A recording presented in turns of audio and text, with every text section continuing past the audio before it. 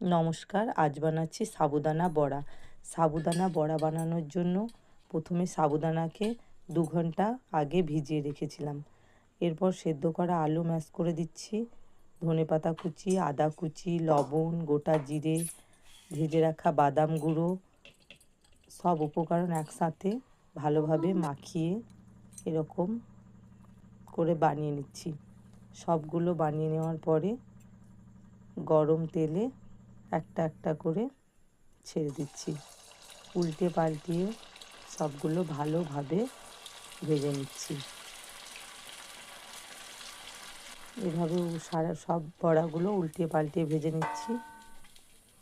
খেতে অনেক ভালো, আপনারা চাইলে বানাতে পারবেন। নমস্কার।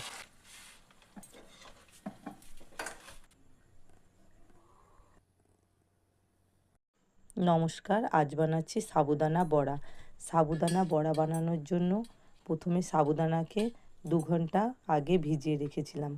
এরপর সেদ্ধ করা আলু ম্যাশ করে দিচ্ছি, ধনেপাতা কুচি, আদা কুচি, লবণ, গোটা জিরে, ভেজে রাখা বাদাম গুঁড়ো, সব উপকরণ একসাথে ভালোভাবে মাখিয়ে এরকম করে বানিয়ে নিচ্ছি। সবগুলো বানিয়ে নেওয়ার পরে গরম তেলে একটা একটা করে ছেড়ে দিচ্ছি, উল্টে পাল্টিয়ে সবগুলো ভালোভাবে ভেজে নিচ্ছি। এভাবে সব বড়াগুলো উল্টে পাল্টে ভেজে নিচ্ছি। খেতে অনেক ভালো, আপনারা চাইলে বানাতে পারবেন। নমস্কার।